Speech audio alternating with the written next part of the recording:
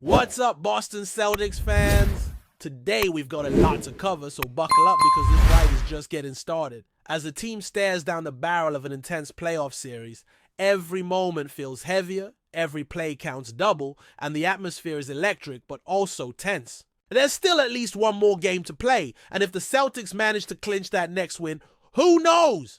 Maybe this journey stretches even further. That's why now, more than ever, the support of the fans is crucial. This isn't just about showing up. It's about standing by the squad when the odds feel stacked, when the doubts start creeping in. But let's not sugarcoat it. The recent blow has been tough. One of the team's key players is now sidelined, and not just for a couple of games. This absence is going to hurt, and his return in this playoff run is out of the question. So the focus has to shift. No more hoping for miracles. It's time to look at who's here, who's ready to step up, who's got the fire to lead this team forward. Inside the locker room, after that last rough game, the mood was somber. You could feel the weight of the loss, but you could also sense a resolve building. The players spoke openly about the need to move on, to recalibrate their mindset. No more dwelling on what's been lost. The challenge now is to find new ways to win, to adapt, to respond. One of the veterans pointed out how crucial it is to embrace this adversity. Losing a pivotal figure changes the dynamics, but it also opens up opportunities for others to rise. Truth be told, there's no overwhelming wave of optimism swirling around this team right now. The playoffs are brutal. Every weakness gets magnified. Every injury feels like a death sentence. But despite the dark clouds, there's still a belief that playing at home could tilt things in Boston's favor. The next game will be a real test. Not just of talent, but of heart. And that's what fans are eager to see. Can this group find another gear? Of course, opinions are flying everywhere. Some people are clinging to hope. Others are more skeptical. The Celtics are technically the favorites heading into this next battle, but anyone paying attention knows it won't be easy. The expectation is for the team to bring high energy, to play with a sense of urgency, to ignite the crowd and feed off that momentum. But given the shaky performances we've seen without their star player, the optimism remains cautious at best. The stats don't lie, and they paint a concerning picture. Without that key contributor, the team's efficiency nosedives. Boston, often labeled a super team with a deep supporting cast, suddenly looks vulnerable. The truth is, this roster struggles to maintain its edge without that particular leader on the floor.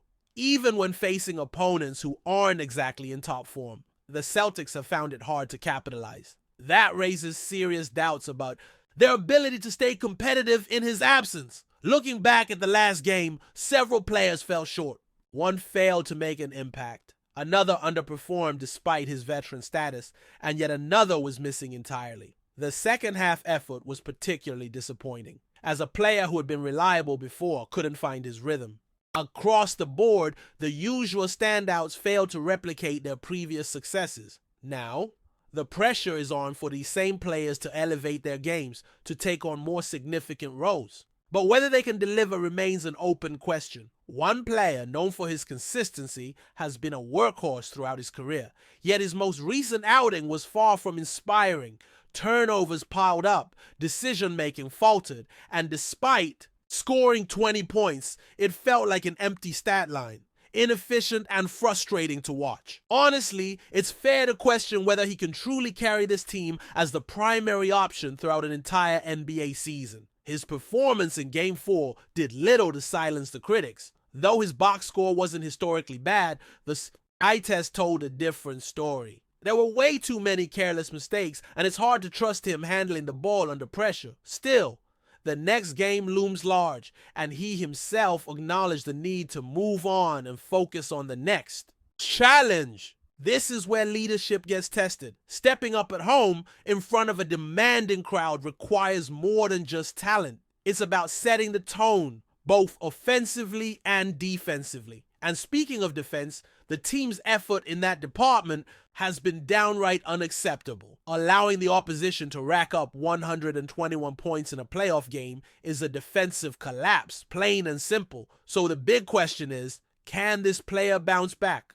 Can he rise to the occasion and deliver a complete performance that not only boosts the offense, but also sets the standard on defense? With another major star out and others underperforming, the responsibility on his shoulders is immense. Interestingly, there are some encouraging signs. In the 39 games played without the sideline superstar, he's averaged 27 points, 7 rebounds, and shot 50% from the field. While his three-point shooting sits at 35%, his ability to attack the end rim has remained effective. But numbers only tell part of the story. The real test is whether he can translate those stats into meaningful impact when it matters most. Dropping 30 points would be great, but he also needs to inspire the defense, energize his teammates, and make the gritty plays that don't show up in the box score.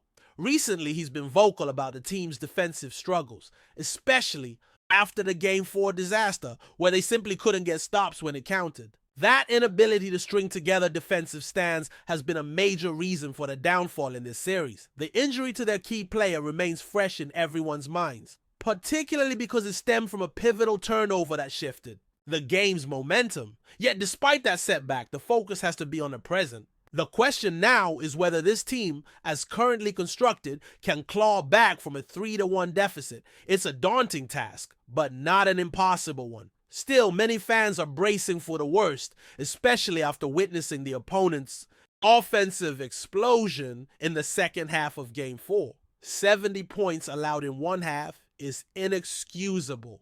The opposing team shot 67% during that stretch, making the Celtics defense look completely overmatched. One player in particular found his groove and repeatedly created scoring opportunities, while another exploited mismatches. With ease, the Celtics' rotations were slow, communication broke down, and wide open shots kept falling for the opposition. By the time the fourth quarter rolled around, the writing was on the wall. It was clear the team was heading towards another frustrating loss. As the game slipped away, Boston's struggles became more glaring. The opponents were efficient in the paint, converting 3 of 4 shots in the restricted area and 6 of 8 in the paint overall. They also connected on 2 of 3 mid-range attempts and even hit a deep three-pointer.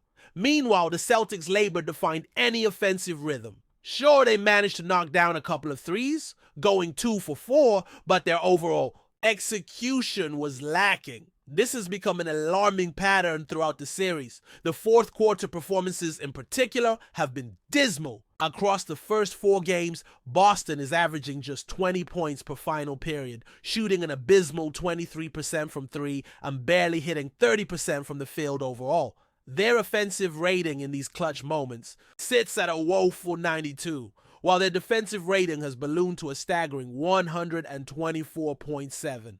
That's a recipe for disaster. When games are tight down the stretch, this team simply falls apart. The net rating of -33 in fourth quarters is a brutal indictment. Would the series have unfolded differently if their injured star had been healthy? Possibly, especially given that his defensive presence alone could have altered the flow of Game 4. But speculation doesn't change the current reality.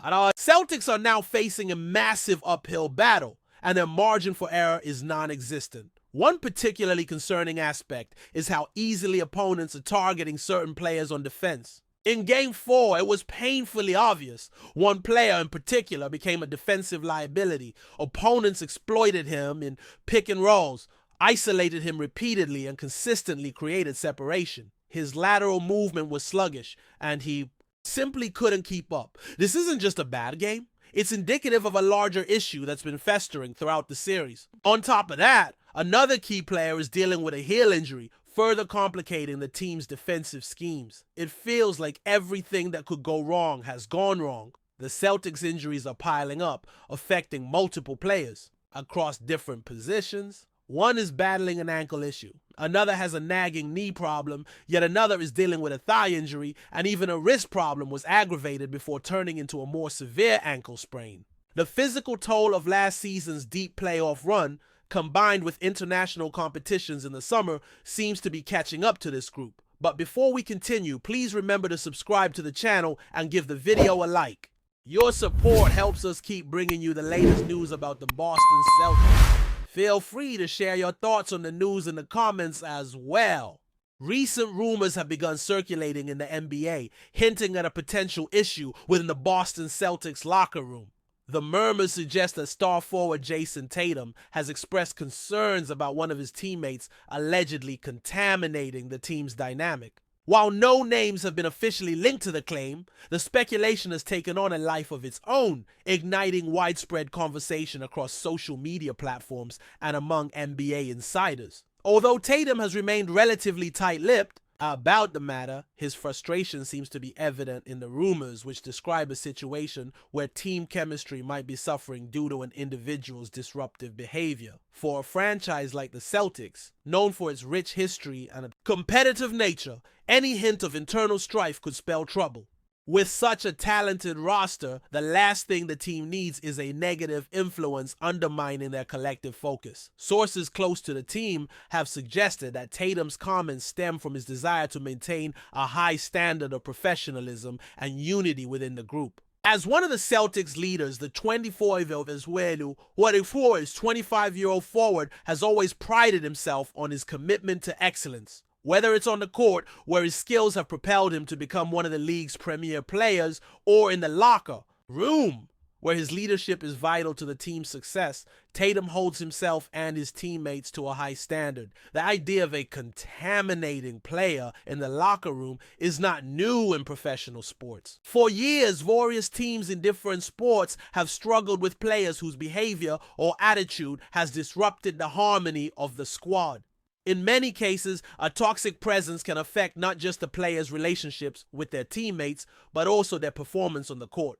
This issue often leads to internal conflicts, and in extreme cases, it can result in trades or even team-wide changes. The Celtics have not commented on these rumors, and it remains unclear whether Tatum's remarks were aimed at any one individual, or were simply a broader critique of team dynamics. However, what is undeniable is that the Celtics are at a critical juncture in their quest for an NBA championship. With the team currently in the thick of a competitive playoff race, any distraction could be costly. For Tatum, this season is pivotal. The Celtics are viewed as one of the top contenders for the NBA Finals, and Tatum, a perennial all-star, is expected to lead the charge. However, the pressure of managing a star-studded lineup and keeping the locker room united can be daunting.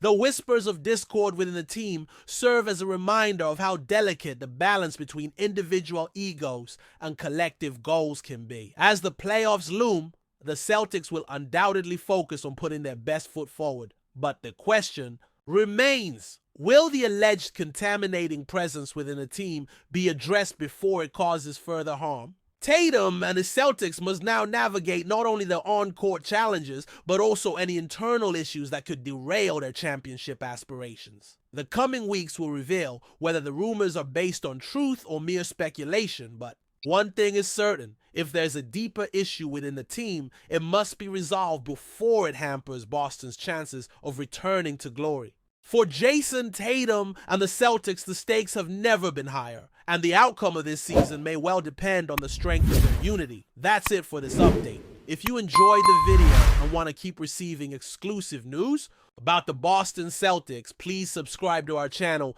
and give the video a like. We always appreciate your comments and opinions. See you in the next video.